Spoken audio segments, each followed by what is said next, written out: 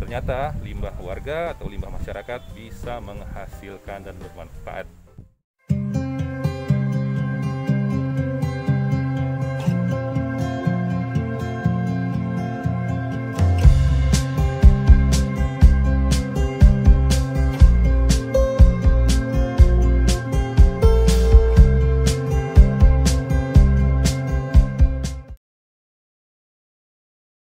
Assalamualaikum, salam sejahtera, selamat pagi sahabat urban farming.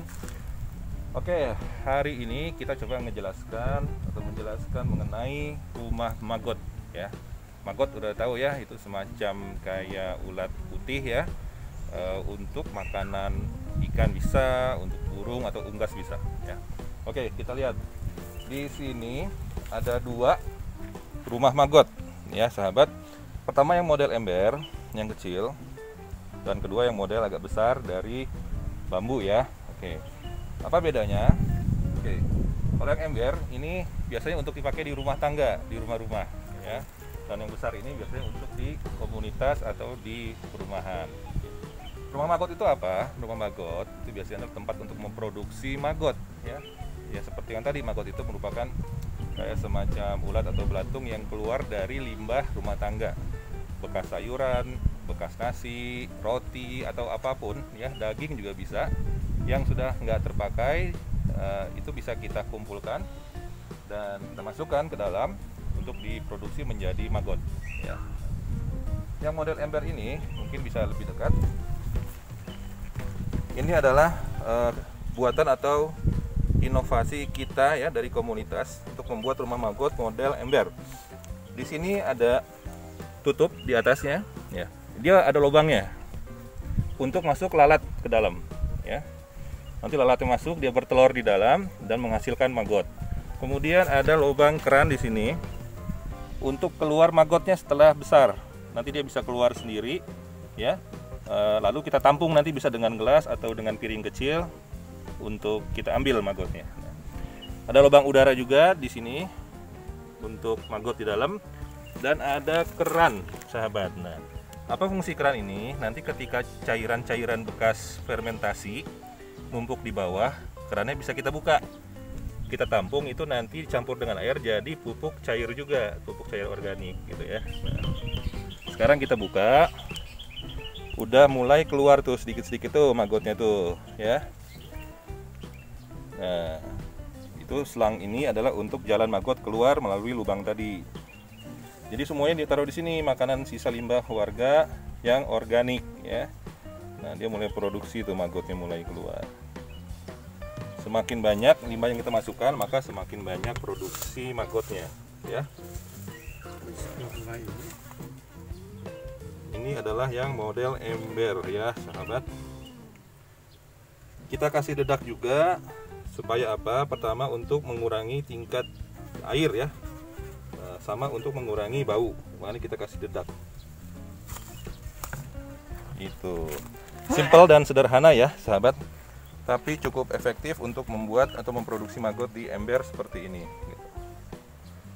Yang besar ini kita di dalamnya kita kasih beberapa baskom untuk menampung sisa makanan atau sisa limbah rumah tangga ya.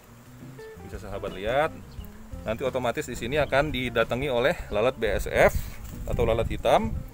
Dia akan bertelur juga dan menghasilkan maggot dalam kapasitas yang lebih besar karena tempatnya lebih besar ya. Nah, bagaimana sih siklus maggot atau siklus dari telur atau larva ini? Pertama tentunya si lalat ya, lalat BSF ini atau black shoulder fly, dia akan hinggap di makanan ya, di makanan untuk meninggalkan telur. Kemudian dalam 1 atau 2 hari biasanya dia akan bertelur. Terus telur ini akan keluar menjadi larva dalam hitungan 1-2 hari. Nah, larva ini dia akan membesar, sahabat, membesar dalam kurun waktu 17-18 hari menjadi maggot putih. Nah, maggot putih ini yang bisa kita ambil untuk kita kasih pakan ikan, lele, nila atau burung atau unggas. Nah, jadi dalam kurun 18 hari rumah maggot sudah bisa memproduksi maggot. Nah, dalam kurun 18 hari ini sampai sekitar ya 25 hari dia mulai berubah menjadi kehitaman. menjadi prapupa istilahnya ya. Jadi prapupa ini persiapan si maggot untuk menjadi lalat ya. Nah, dalam proses prapupa ini dia akan mencari tempat-tempat yang kering. Makanya kita gantung tuh di dalam tuh ada daun pisang kering untuk persiapan bertelur atau berubah ya, dia berubah menjadi lalat gitu. Nah, prapupa ini akan berubah menjadi pupa. Kemudian dari pupa dia akan menetas atau keluar menjadi lalat. Nah, umur lalat ini nggak akan panjang, sahabat. Biasanya umur lalat BSF itu hanya sekitar paling lama 7-14 hari. Kenapa begitu? Karena mereka tidak makan. Jadi lalat BSF ini ketika keluar dari pupa dia tidak akan makan. Dia hanya akan melakukan kawin antara jantan dan betina, kemudian bertelur. Nah, jantan setelah kawin akan langsung mati. Itu naturalnya seperti itu. Nah, betina setelah kawin dia bertelur juga akan mati. Dan itu paling lama 14 hari prosesnya. Nah, jadi dari situ siklusnya hanya seperti itu.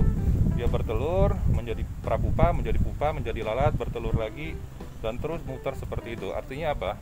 Siklus produksi sebenarnya kalau bahan bakunya cukup, itu dalam 3 minggu kita sudah bisa memproduksi maggot. Seterusnya seperti itu, 3 minggu, 3 minggu, 3 minggu, dan itu akan berlimpah ya sahabat ya. Kalau memang bahan bakunya atau limbah dari warga suplainya cukup, dan ini memiliki nilai ekonomis yang cukup tinggi sahabat ya. Selain bisa kita gunakan sendiri oleh warga atau oleh komunitas, ini juga bisa kita olah menjadi maggot kering ya, atau maggot basah. Itu bisa kita jual hasilnya ya, karena banyak yang membutuhkan gitu. Jadi gambarannya seperti itu ya. Mudah-mudahan bisa sedikit memberikan informasi kepada sahabat semua. Maka mulai hari ini jangan sampai ada limbah rumah tangga atau limbah organik yang kita sia-siakan ya. Bisa kita kumpulkan, kita organize menjadi produk untuk maggot ini ya. Jadi kita juga mendukung program bank sampah dari pemerintah, bahwa dengan mengumpulkan limbah warga atau limbah masyarakat, terutama limbah organik, kita mengurangi beban dari TPA di lingkungan kita ya. Ternyata limbah warga atau limbah masyarakat bisa menghasilkan dan bermanfaat. Baik sahabat, mungkin cukup sekian, mudah-mudahan bermanfaat. Assalamualaikum warahmatullahi wabarakatuh.